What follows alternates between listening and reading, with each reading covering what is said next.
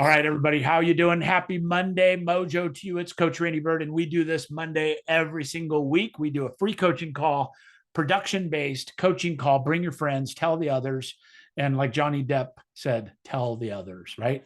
So bring a friend, bring somebody that might get value out of this. It's all good. We do it every single week, and we talk about hot topics. We also go over rates and just things that are at the top of the market mindset-wise. So let's start with rates. We don't have Kenny on here that always posts my rates, but I looked 6.91. So they're just down below 7 now. I'm going to verify as we speak. And I use a little app called Mortgage News Daily. Mortgage News Daily, and now 6.92. So it ticked up just a tenth of a percent or 100th of a percent. They were at 6.91. So below 7, it's a psyche for buyers. It's a psyche when we get down below 7 because they did hit 8. And so we're looking at those 3 rate adjustments they talked about this year, gone. I don't think we're going to see 3. We're passing the time frame for the first one. I believe that we'll see 1, maybe 2. My suggestion or my inclination of guessing is that they'll have 1 this year, and it will be later in the year, maybe the end of third quarter, beginning of the fourth quarter, which if that happens, we'll have an inverted winter of real estate market. Real estate market, and again, this is just Randy Byrd talking, right? If you disagree with me, disagree with me. It's all good. But this is my opinion of the market, right? And I've been 21 years in the business, coached a lot of hours. My opinion is they'll lower the rates 1 to 2 times this year. Later in the summer, we're going to miss the spring selling season of a reduction in April that they originally had talked about. They met last week, keeping the rates the same. So April's off the table now. The next meeting, I believe, is in May or June, and then they'll look at doing a June rate adjustment. I think they're going to get past that one as well. The economy is just a little a little inflationary. There's a lot of inflation in the economy now. The numbers are coming out stronger than they'd like. So they're worried about inflation getting back up again from that target 2, which is low, but it's 2% is their target. So all that said, we're going to have a spring season that looks very similar to the current market, right? Natural uptick in real estate just because of the time of year. Typically time change or Easter is when we start our spring selling season. Kids are out of school, summer breaks, people move, and then we start slowing down around, towards the end of Labor Day at the end of the year and the end of the summer. And then we go into winter, which is November, December, January, real estate winter, right? Remember COVID, those were the biggest months because COVID super inflated and inverted the real estate market. So the winter became the spring season because of the necessity with the lockdowns and all the things. I think we're going to see that just from an economic standpoint this year. I think that with the political climate, elections in November, that's going to superheat some of the housing market ideas and contentious issues around both housing availability, affordability, rates, all the things, right? And then couple that with maybe it happening towards the end of the year. I think we could have that inverted winter this year. Elections, whether the Democrats stay in office or the Republicans take over the presidency, whatever's going to happen, there's going to be some stability in the political climate, at least after November, right? So that's my crystal ball. When we look at rates, if they do a 50% basis points, which is a half of a point, right? So if they're, let's just say they're at 7, they're going to go to 6.5, at least along this language we're having. They don't exactly work that way. We might even see maybe more than a half a point when it comes to the mortgage loans, but when the reserve makes that adjustment, it's considered 50 basis points, 25 basis points is a quarter, 50 is a half, and so on, right? So 100 basis points would be 1 full percent. And if you look at how they raised them 75 basis points, 50, 50, 50, 25, and then they slowed down to 0. So again, that's just my crystal ball. Pay attention to what I'm saying and then what's going on in the market. So when you start seeing these leading indicators, when the Federal Reserve are starting to talk about, and all the Wall Street people and financial people are saying there's a high probability of a rate reduction in the Fed's rates, that's when you want to start be looking for this. I do believe it's coming. All right. So with that said, let's talk about the current climate in the real estate space. NAR back on the 15th of March, 10 days ago now, Friday the 15th, should have been Friday the 13th, announced that they were settling for the $418 million settlement. There's another approximately $200 million in there. Compass settled on Friday, just 3 days ago, for $57.5 million. So that adds to the coffers. Now it's a whisker below $700 million. It's in this fund, right? And it's not already in there. Some of the payments are over the 3-year periods and so on. But basically, there's a fund that I believe will end up being about $1 billion total. Now, if you gave all the homeowners an award based on, talking about going back 10 years in some of these markets, that's less than $25 per homeowner. So nobody's getting rich over this except the people that file the lawsuits, right? Lawyers. So the attorneys are getting rich. I'm not bashing on them. Whatever's going on, that's their right. The bottom line is the windfall for the sellers is not happening, and all the copycat lawsuits and all that are going to see this soon. And I think this is all going to go away. I think this goes away in the next few months completely, probably by the end of the year. So we'll get that behind us. It's the biggest news in our careers of them, decoupling the commissions. That alone is a good idea. I mean, honestly, I don't know. This could have been done a long time ago, in my opinion. Decoupling the commissions is a smart thing to do. That means that let me explain how this used to work, basically, just in layman's terms. The seller would hire a seller's agent, and the seller's agent and the seller would determine how much commission was for the whole sell of their property, 5%, 6%, whatever it may be. I'm going to mute a couple of people just because there's some background noise. Okay. So they're going to decide how much they're going to pay the buyer's agent. So it went from seller to seller's agent, then across to buyer's agent. And then the buyer was never involved in that. Right.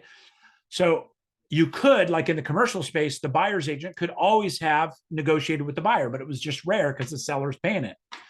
The challenge is I have Sue over here representing the seller that's maybe a weak negotiator, maybe an inexperienced agent. She's not able to negotiate properly what my value is on the other side of the transaction. But by the clear cooperation policy, I had to work through that buyer's agent for the commission. So even if I wanted to negotiate a higher commission, I had to go through the buyer's agent to the seller. Couldn't bypass the seller, or I couldn't bypass the seller's agent. Does that make sense so far? So if you look at this in a quadrant, seller, below that seller's agent, across from that buyer's agent, above that buyer. In the past, buyer paid nothing for those services. So the seller paid all those. They decoupled that, saying seller has to pay the seller's agents only and not put it in the MLS that they're offering a cooperation policy. The mistake here is, yes, you can pay the buyer's agent. It's just not coming from the seller's agent anymore. Seller's agent and the buyer's agent are unrelated. They're uncoupled. The seller can pay the buyer's agent. So now in that L, now it's going crossways. Seller directly to buyer's agent can make concessions. Buyer's agent could ask directly for concessions. They're really not supposed to go through the seller's agent for this concession other than communication, right? It's decoupled. So I think you can express your value proposition on the seller side very easily. Now we have to become buyer specialists where we're communicating our value proposition to the buyers, which is new. That's the big challenge. So really, nothing's changed in that regard, except that we've decoupled the commissions of where they're flowing through. And personally, I like it because as a professional, I can negotiate better on the buyer side than I could on what the sellers negotiated with their seller agent. The other side of this is that I think's really quite important is the buyer's agent is still going to have to get paid, right? So either the buyer's got to pay it, or I think especially for the next future, the seller is still accustomed to paying it. They're just going to pay it differently. They're still going to, you could still advertise being paid. There's a bunch of funny things going on and memes about how they're going to put little secret notes in the MLS, right? Happy to include friendliness in the agents and all these things. The bottom line is nothing's changed on that component, except you're going to have a buyer representation or buyer broker agreement with the buyer specifically. And the buyer's got to agree to pay you a certain amount. Now, if it's zero, you can't work with that buyer unless you say, hey, we can only look at houses that they're willing to pay me because you're not willing to pay me, right? So those are the kind of difficult conversations you'll run into. You'll also run into sellers that say, I don't want to pay anything to the buyer's agent. That's their problem. And that's okay. Your representation is on that one dimension, right? But the seller can still offer concessions and money to the buyer's agent to motivate them. And I think the market will guide that. I think they may say nothing to the buyer's agent, let them figure it out on their own. And then eventually, when they don't have any showings or no offers and it doesn't sell to their satisfaction, I think maybe that comes down the road. But the bottom line is that is a very big distinction. And then the second thing is you have to have a written agreement with every buyer. Again, I personally love this. I can't tell you how many Mickey Mouses have visited my open houses over the years, and Donald Duck, and Bill Clinton, you name it, they've visited my open houses somehow. And then their phone number is always 555-1212, right? So that's frustrating when you know it's a lie. But the bottom line is the buyers wanted to be discreet. They didn't want you calling them and following up and checking. So they'd either say, I have an agent, or, we're just looking, we're just neighbors, whatever it is. Well, now you're going to have a representation agreement to allow them in the house effectively. You could choose, and Patrick and I had this conversation, you could choose to say, hey, I don't care if you come in and I don't care if I get paid. Nobody could tell me who I could let in the house. Yes, they can. The MLS can. The MLS can set a rule that says you're not allowed to go into any kind of a relationship without that in writing. Now, again, I'm not running down a road of arguing. I'm just stating that the MLS is, by your cooperation in them, is that conduit for that, right? Your state licensing doesn't really have that jurisdiction, but the MLS absolutely can, because they control the access to the house, and they're not cooperating with the commission piece anymore. But this is where I see it going, right? This is the direction I see it going. So rather than fight it, I say embrace it, learn it, become the expert negotiator in that arena that we're in now. And you can negotiate a buyer broker or buyer representation agreement for an hour, right? It doesn't have to be 3 months, 6 months, 1 year. You're not going to get a 1-year agreement on a buyer that walks into an open house, but you can get a 5-minute one. Patrick, yes, sir. I say we have precedent for that, in that we all showed property during COVID. And we all, during that period, I don't know if it's the same in Oregon, but in California, we had to have a PED signed, which basically just said nobody had COVID and was aware they could catch it. And so I think when we get calls, hey, I want to go see property XYZ, you just say, fine, that's great. I'll happily set it up. I'm going to need you to sign a 1-page agreement that says 100%. If you like it and buy it, that you'll be working with me and that my base commission is blah, blah, blah. 100%. Say, I don't want to pay a commission. Then you say, I like that. Kick rocks. That's clear cooperation, right? Yeah. That's not me saying, oh, the buyer doesn't pay anything, and then looking on the MLS, seeing if they pay 3 or 2.5 or 2 or 1 or $50, whatever it was, right? For about a year now, you've put $1 compensation in the MLS to get past that policy that's now been changed, where there will be no communication of compensation in the MLS allowed, period. There's nothing saying you couldn't have it on your website. You can't text it to people. You're allowed to have those communications. And now, as agents, buyer's agents are going to have to get good at communicating the value proposition to the buyer, but also communicating to the seller's agent of what's being represented, if there is any. And it's not that dissimilar to, in our area, probably same as yours, fire insurance, Melrose, weird taxes. They call up, I'd like this house, hey, give me 5 minutes. I'm going to check on this. Yep. Get back. Oh, it's $400 a month in extra taxes, and you got to pay $10,000 a year in fire insurance. They go, never mind. Right. Same kind of phone call. Hey, you got to pay me. They're not willing to pay. Are you good with that? Yeah, it is. It's kind of just a factual call. Hey, Patrick, Randy Byrd, man, what's the deal on 123 Banana Street? What's the commission? Any special things I should be aware of? Any county assessments or liens or taxes I should be aware of? Any HOAs that I don't see on the MLS?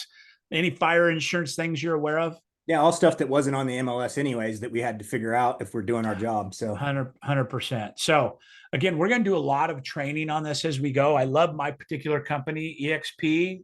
There's a broker agnostic coaching call, but my company's putting together a 1-page document that'll be out in the next week. That's going to be just that. It's going to be that showing document, this representation document. And then if they like me, they could decide to do a 3-month, 6-month, 1 year, whatever agreement you want. Top agents have been using this for years. Commercial has been using this for years. Luxury's been in this space and using this for years, right? Luxury agents don't go show people around town without a representation agreement. And I believe that's an elevation of professionalism in our industry. And the reality is we can have, God bless them, an agent that's done one transaction in their whole life and their best friend wants to buy a house and they go look at houses and they tell them, if you go to an open house, say you're working with Sue, and then Sue will get paid no matter what kind of job she does, no matter what kind of representation's handled, no matter what kind of whatever's going on, because she was procuring cause in that relationship. So she will get paid whatever the listing agent negotiated for Sue, right?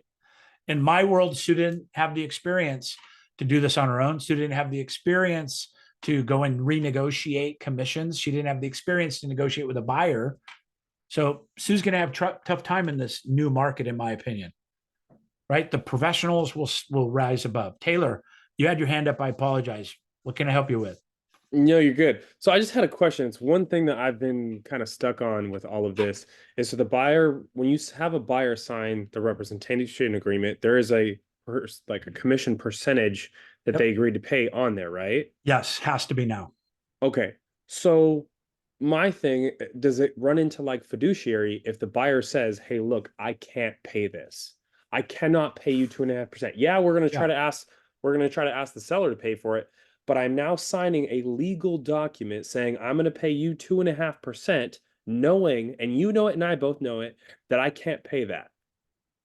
That's accurate. So just with that one statement, I would say everything's negotiable. You could always lower it. You can't raise it. So if you negotiated at 2% and the listing's offering 3%, you don't get 3%. You understand that? Correct. Okay. Yeah. So with that said, there's nothing saying that you can't have a unilateral agreement between you and the buyer that says, hey, 3%. We're going to try and get it from the seller. If we don't get it from the seller, you have no obligation to pay me. Or, hey, if we don't get anything above 1% from the seller, then your maximum you owe me will be 1%. Although I want 3% on this contractual agreement, right? Gotcha. So everything's negotiable. Let me ask you a question, Taylor. I need my car painted. Okay. Got a Maserati. I need it painted. Okay. How much are you willing to paint it for? 12,000. $12,000. Okay. I don't have any money, but if you paint it for me, I'm willing to work some things out with you. How do you feel about it? You want me to paint it and you can't pay me? Yeah. Cause I think insurance is going to pay the 12 grand, but I'm not positive. I mean, are you willing to paint it? No. Is it against the law for you to tell me, no, I'm not willing to paint it? No. Okay. It's a weird scenario, but that's what I like. I like talking in things we understand. This is where the lawsuits are coming from later, Randy. I agree with that. Fair housing stuff, because it's the people with no money. I think there's an absolute argument there, but we're following with the law that we have in front of us, right? We can't say what the future is going to be, but the bottom line is you don't have a fiduciary responsibility to the buyer under the new agreements, in my mind. The fiduciary responsibility operates through that agreement of compensation. You see what I'm saying? Because if that was the case, every phone call you got, you could create, and we did in the past, created some fiduciary responsibility just by the nature of texting and having a communication about real estate. That's not going to go on now, right? Hey, Patrick, I appreciate the call, but we have to have an agreement before I can really talk to you and help negotiate and talk to you about what's available, what the opportunities are. Well, that's ridiculous. I'm not signing anything. You haven't done anything yet. I understand, but the new requirements are that we have to have an agreement. It could be for a short period of time, but we have to have an agreement. And by the way, there's an exclusive agreement. There's a non-exclusive agreement. I could sign non-exclusive agreements with everybody on this call right now. That's legal, but I can't have an exclusive agreement with Patrick and Kelly. That makes sense. And I think those initial one-off showings are going to be singular property agreements. I mean, I wouldn't go into an open house unless I had that, but it's still a page full of information to digest and understand, right? And back to the way it used to be. I mean, it used to be procuring cause was the determining factor. That's right. And it's essentially the same thing, but with paperwork now, is that if you're showing the house, you're saying, I don't plan on showing you this house unless I'm going to get paid. My arguments always should have been that way. You know, my argument is always should have been that way. We're in the most contractual environment in the US economy, buying a house, right? Yeah. 45 average pages now, and it might be 70 in California. Yeah. And I don't know about you where you're at, but we'll frequently get people that have a cousin who's an agent that's in the Bay Area or wherever that needs somebody to open a house for them on the weekend. So they'll call around till some poor agent breaks their plans to go open the house for them. And then I think that my cousin's going to write the offer for me. I think that changes. And of course, you know, we're going to have that. Everything's negotiable. If you called enough people, you probably get somebody to open the door for $100 and not do anything else, you know? But again, I think there's still a lot coming on this, but the bottom line is we have to just remember those two things that it really affected. It just decoupled the seller's agent being the one that the compensation flowed through to the buyer's agent. That's been decoupled, and it will not be in the MLS anymore. There's no compensation in the MLS that allows that decoupling. That does not mean you can't text the agent. The agent can't put it on their website. There's a whole bunch of things they can do. And by the way, this is all fluid. It's going to change 5 times before it actually probably hits the street, right? And July is the word. And then number 2 is you have to have that representation agreement signed prior to showing. And that includes, in an extreme example, an open house or even a listing call, right? Because if you get a phone call about a listing and they're wanting the information, how much will the seller take? You know, will the seller give terms? All these things, that's a negotiating posture. I need to have a representation agreement and let them know that my fiduciary primary responsibility is with the seller. I don't have an agreement with you, right? And so in the past, this is where that gray area comes that Patrick's talking about. We're creating some at least secondary fiduciary responsibility through those conversations, where now the agents might say, hey, listen, I'm representing the listing agent only. I can't help you.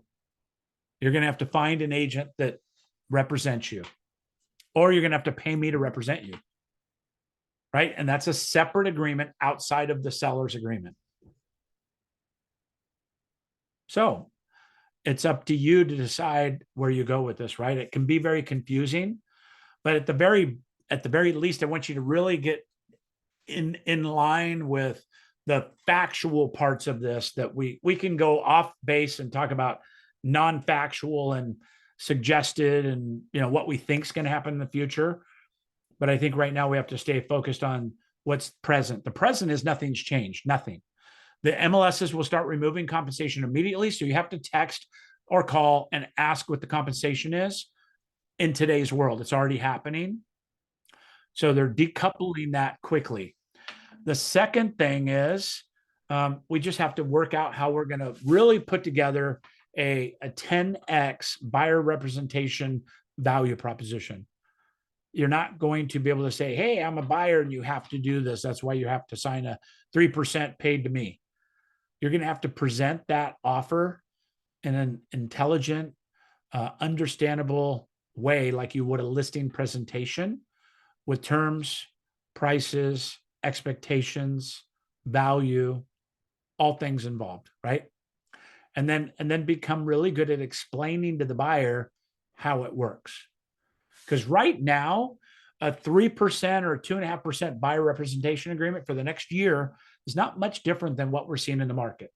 It's just that a lot of listings are still offering compensation. So that compensation will be paid by the seller in this current environment. It may change rapidly and it may never change, right? The bottom line is I believe free enterprise is going to prevail. I think free enterprise and the market itself will prevail. I think there'll be plenty of houses that are on the market at 0% and the agents are getting 1% flat fee or something. It's okay. They've always existed. For sell by owners, all the other pieces are going to be, you know, the things that we work out through this. Okay. Any questions? I know that's a big topic to end in 3 minutes on, but any factual questions, any questions that you want to bring up? Kelly, yes, ma'am. I put it in the chat. I've heard several times people asking me, when is EXP going to settle? Do you have any input on that? No, it's not my money. So if I had to guess, I'd say next month.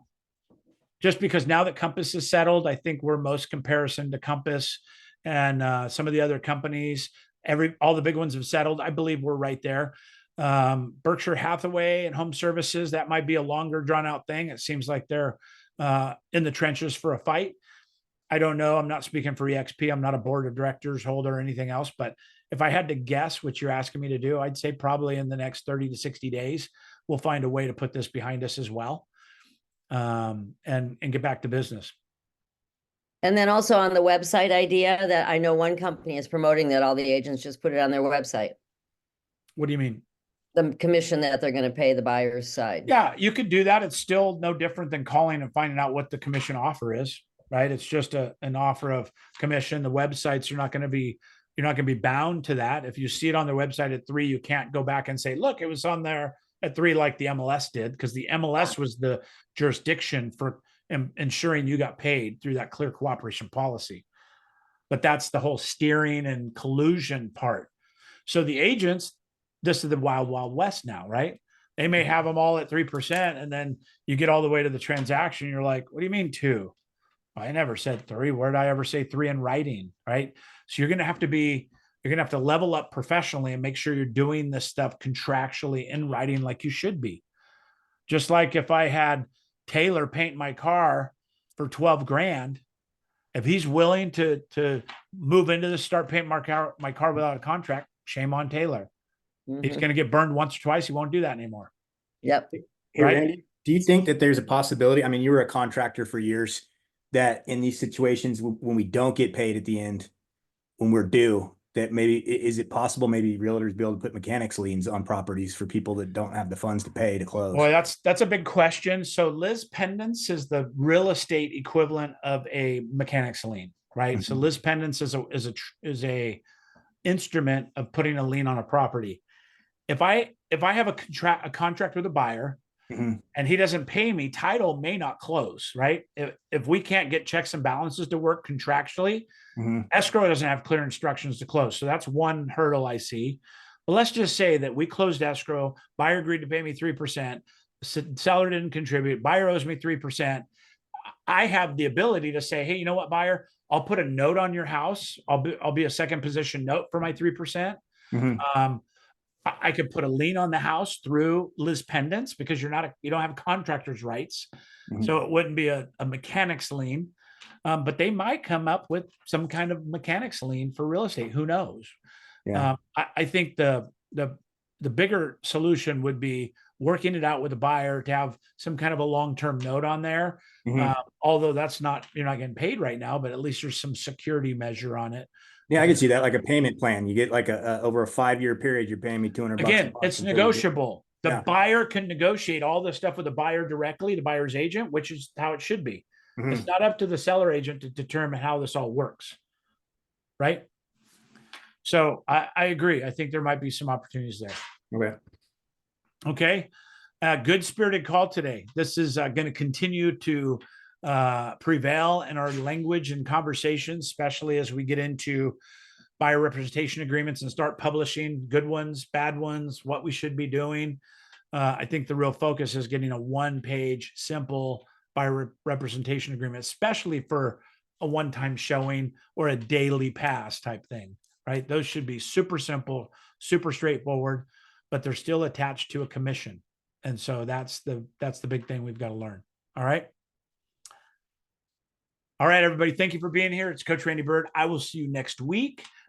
Every Monday, we do this at 12 o'clock Pacific time for 30 minutes, and you can ask your questions and we'll do our best to answer them. Thank you, everybody, for being here. I appreciate it. Have a great day. See you next week. Thanks, Randy. All right, you bet. Bye.